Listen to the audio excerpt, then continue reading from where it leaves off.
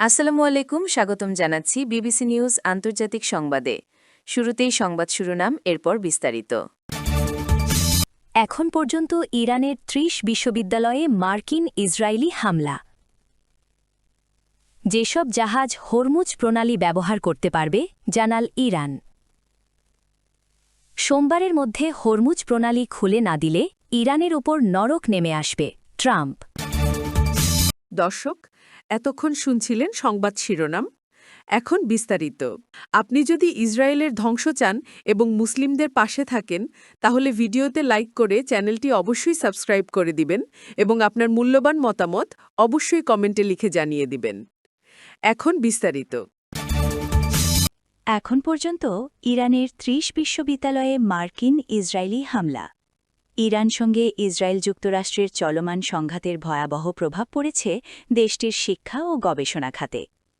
ইরানের বিজ্ঞান, গবেষণা ও প্রযুক্তিমন্ত্রী হোসেন সিমাই সার্রাব জানিয়েছেন, যুদ্ধের শুরু থেকে এখন পর্যন্ত ইরানের ৩০টিরও বেশি বিশ্ববিদ্যালয় সরাসরি হামলার শিকার হয়েছে। দেশটির রাষ্ট্রীয় বার্তা সংস্থা ISN-এর এক প্রতিবেদনে এই তথ্য নিশ্চিত করা হয়েছে।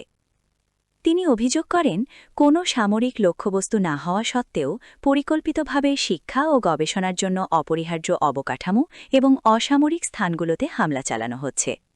এর ফলে বর্তমানে লাখ লাখ স্কুল ও কলেজ শিক্ষার্থী এবং বিশ্ববিদ্যালয় পর্যায়ের ছাত্রছাত্রীরা তাদের শিক্ষা ও গবেষণা কার্যক্রম থেকে বঞ্চিত হচ্ছে।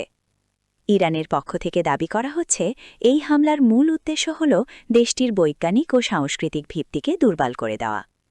ইরানি রেড ক্রিসেন্ট এবং স্থানীয় সংবাদ মাধ্যমগুলোর জানায়, গত ২৪ ঘণ্টায় তেহরানের অন্যতম মর্যাদাপূর্ণ শহীদ বেহেশতি বিশ্ববিদ্যালয়ের বেশ কিছু ভবন মার্কিন ইসরায়েলি হামলায় ক্ষতিগ্রস্ত হয়েছে। তবে ইসরায়েল এই হামলাগুলোর সপক্ষে দাবি করেছে যে এটি ইরানের পারমাণবিক কর্মসূচিকে বাধাগ্রস্ত করার একটি বৃহত্তর প্রচেষ্টার অংশ।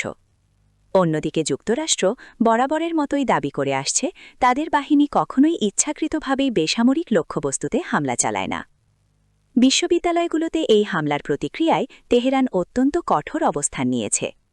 ইরান সরকার হুঁশিয়ারি দিয়ে জানিয়েছে, তাদের শিক্ষা প্রতিষ্ঠানে আঘাত হানার পাল্টা জবাব হিসেবে তারাও মধ্যপ্রাচ্য অঞ্চলে অবস্থিত যুক্তরাষ্ট্র ও ইসরায়েল সংশ্লিষ্ট বিশ্ববিদ্যালয়গুলোতে হামলা চালানোর পরিকল্পনা করছে। এই পাল্টাপাল্টি হুমকির ফলে এই অঞ্চলের উচ্চশিক্ষা ও গবেষণা পরিস্থিতি এক চরম অনিশ্চয়তার মুখে পড়েছে। যেসব জাহাজ হরমুজ প্রণালী ব্যবহার করতে পারবে, জানালো ইরান।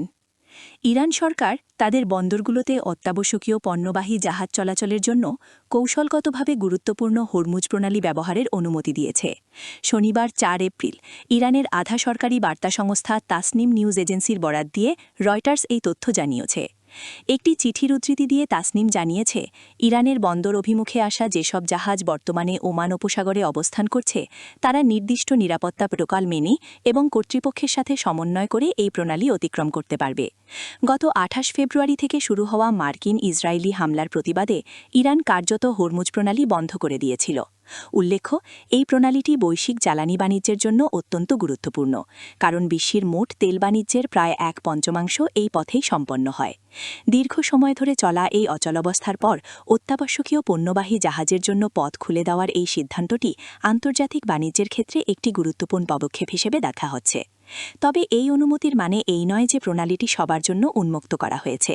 তাসনিমের প্রতিবেদন জানায়, জাহাজগুলোকে অবশ্যই ইরানি কর্তৃপক্ষের নির্ধারিত কঠোর নিয়মাবলী অনুসরণ করতে হবে। মূলত খাদ্য, ওষুধ ও অন্যান্য জরুরি সামগ্রী আমদানির ধারা সচল রাখতেই তেহরান এই সিদ্ধান্ত নিয়েছে বলে মনে করা হচ্ছে। বর্তমান যুদ্ধকালীন পরিস্থিতিতে জ্বালানি ও পণ্য সরবরাহ নিয়ে সৃষ্ট বৈশ্বিক উদ্বেগের মাঝেই ইরানের পক্ষ থেকে এই নতুন নির্দেশনা এলো। সোমবারের মধ্যে হরমুজ প্রণালী খুলে না দিলে ইরানের ওপর নরক নেমে আসবে, ট্রাম্প।